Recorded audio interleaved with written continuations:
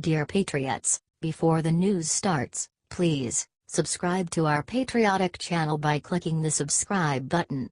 Give us a thumbs up to this video. Don't forget to leave your opinion below in the comments section.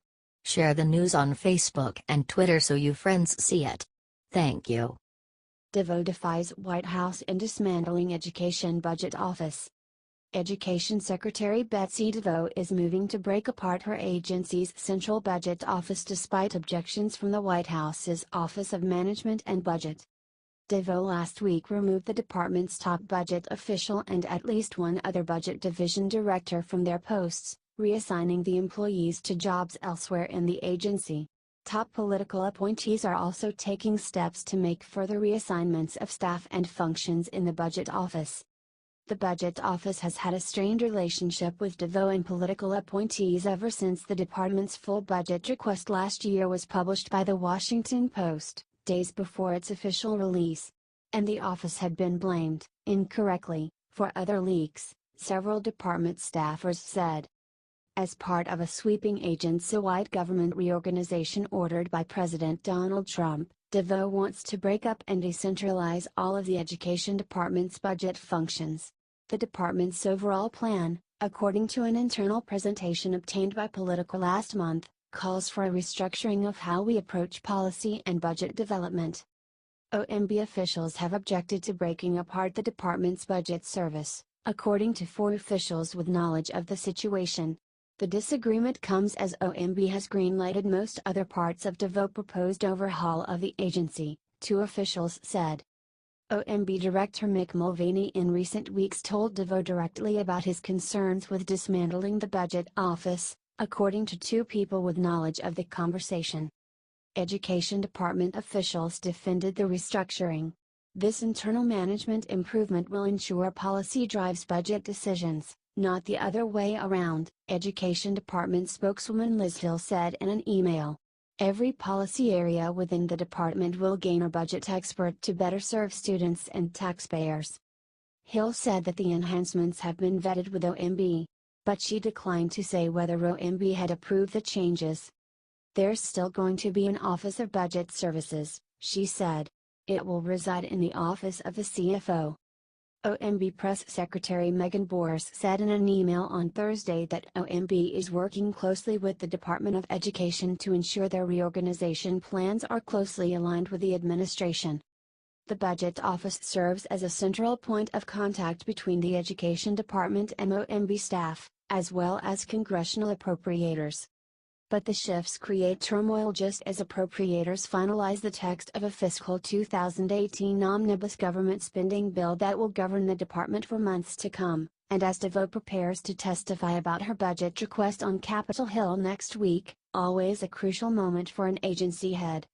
Erica Navarro, who had served as Budget Service Director since 2016, was the career point person on the budget, sitting next to DeVos during her appearances before appropriations subcommittees last year. Navarro was reassigned on Friday to the Office for Civil Rights, where she'll be Deputy Assistant Secretary for Management and Planning. A slew of changes for the Budget Office were announced during a staff meeting on Tuesday led by Kent Talbert, who is the acting No. 2 official at the department, and Frank Brogan, who was nominated to lead the K-12 Education Office and is currently in charge of the Office of Planning, Evaluation, and Policy Development. They announced that the budget division responsible for cost estimation and analysis will be moved to the Office of Federal Student Aid, according to an official familiar with the meeting. Budget personnel overseeing specific programs will move to various program offices, according to the official. And other remaining functions and staffers in the Budget Office will be moved to the Office of the Chief Financial Officer. The changes don't officially take effect until January 2019, department staff were told. Career officials in the Budget Office had already been prohibited from communicating directly with congressional committees or the Office of Management and Budget without the approval of political appointees, according to several sources. Hill disputed that characterization of the instructions to career staff. They were directed to coordinate communications with the Office of Legislative and Congressional Affairs, she said. The shuffling of senior career officials at the department that began on Friday was described to some staff internally as the first round of such personnel reassignments, according to an email obtained by Politico. The moves are part of a broader agency-wide reshuffling, but the budget offices appears to have been most affected so far. Besides Navarro, Craig Stanton, who directed the budget division for special education, rehabilitation, research and post-secondary analysis, was also reassigned to a new role in the Office of Career, Technical, and Adult Education. Outside of the Budget Office, Sandra Battle, the Deputy Assistant Secretary of Enforcement in the Office for Civil Rights, will be moving to the Office of the Deputy Secretary, where she'll serve as Performance Improvement Officer. Candace Jackson, the acting head of Civil Rights, said in an email to staff that the transition means that for now the office's enforcement directors will report directly to her. Chief Privacy Officer Kathleen Stiles has also been reassigned, a change that was first reported on Wednesday by Education Week. Hill, the department spokeswoman, said that the Senior Executive Service Program was designed to better serve federal agencies by moving executives across and within departments, but that those senior career officials haven't ever been rotated at the Education Department. The Secretary took the year to assess talents and rotated SES employees according to departmental needs and Office of Personnel Management guidance, Hill said. Caitlin Emma contributed to this report.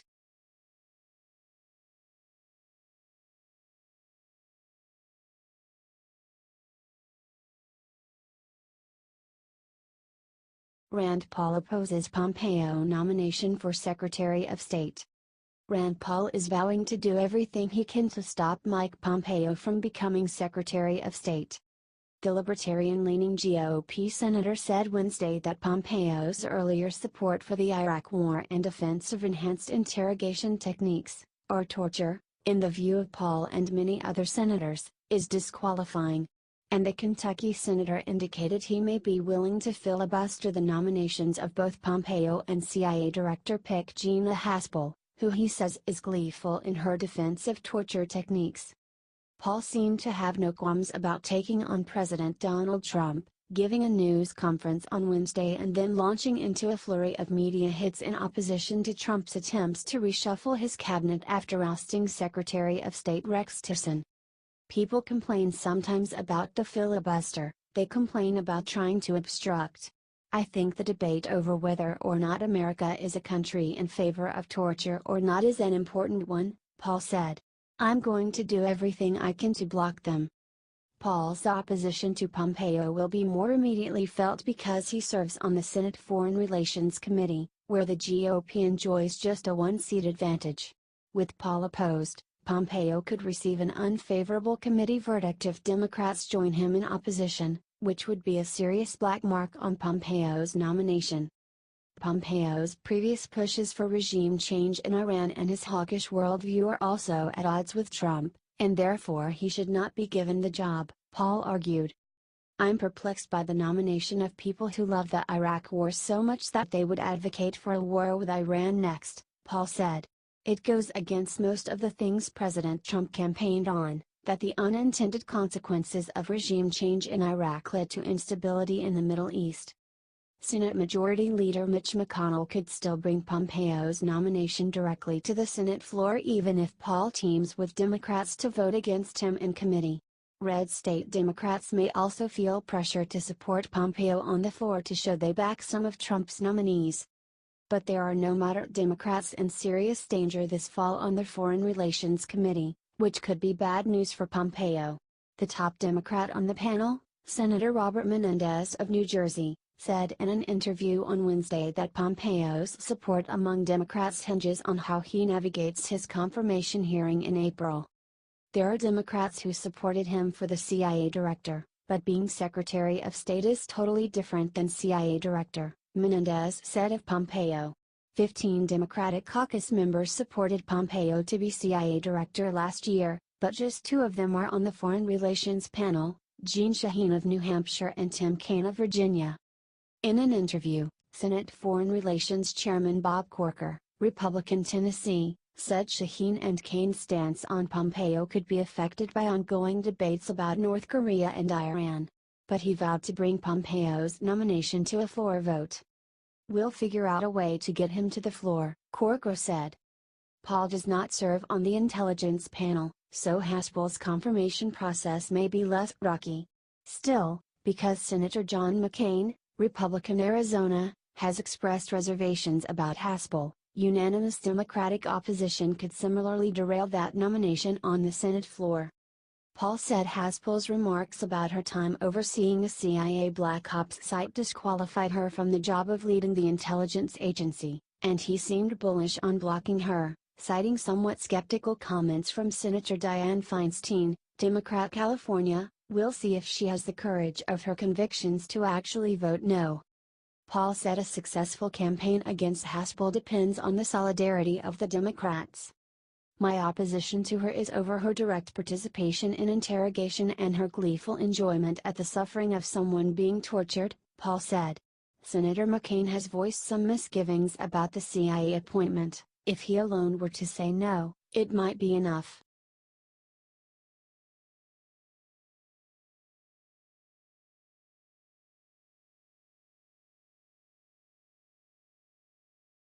Trump hires Kudlow. "You are looking handsome, Larry."